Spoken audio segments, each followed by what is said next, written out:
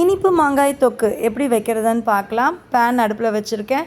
1 spoon அளவுக்கு எண்ணெய் ஊற்றிக்கலாம். அதில் கொஞ்சமாக கடுகு, கொஞ்சமாக உளுந்து, அது பொரிஞ்சதுக்கப்புறம் கொஞ்சமாக பெருங்காயத்தூள், கருவேப்பிலை எல்லாம் போட்டு நல்லா பொரிஞ்சதுக்கப்புறம் மாங்காய் இந்த மாதிரி பெரிய பெரிய பீஸாக கட் பண்ணி வச்சுருக்கேன். அது எல்லாத்தையும் சேர்த்துடலாம். அதை நல்லா எண்ணெயிலே மிக்ஸ் பண்ணி விடுங்க. கொஞ்சமாக உப்பு போட்டுக்கலாம்.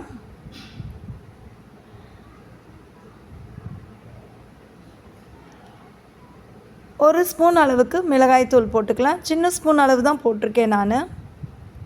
இப்போ அதையும் நல்லா மிக்ஸ் பண்ணி விட்டுறலாம்.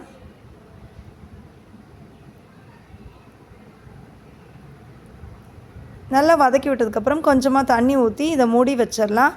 கொஞ்சம் நேரம் மாங்காய் வேகட்டும்.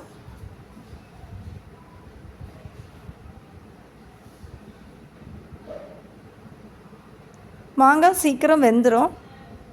அது பாதிக்கு மேலே வெந்ததுக்கப்புறம் நம்ம தட்டி வச்ச வெல்லத்தை உள்ளே சேர்த்துடலாம். அதையும் நல்லா மிக்ஸ் பண்ணி விட்டுறலாம். மிக்ஸ் பண்ணிவிட்டு இந்த கன்சிஸ்டன்சிக்கு வரும்போது ஸ்டவ் ஆஃப் பண்ணிடணும். பாருங்கள், இந்த மாதிரி கெட்டியாகும். அப்போ ஸ்டவ் ஆஃப் பண்ணிடலாம். அவ்வளோதான், நம்மளோட இனிப்பு மாங்காய் தொக்கு சூப்பராக ரெடி ஆகிடுச்சு. இந்த ரெசிபி உங்களுக்கு பிடிச்சிருந்தா லைக் பண்ணுங்கள், ஷேர் பண்ணுங்கள், கமெண்ட் பண்ணுங்கள், சப்ஸ்கிரைப் பண்ணுங்கள். தேங்க்ஸ் ஃபார் வாட்சிங் திஸ் வீடியோ.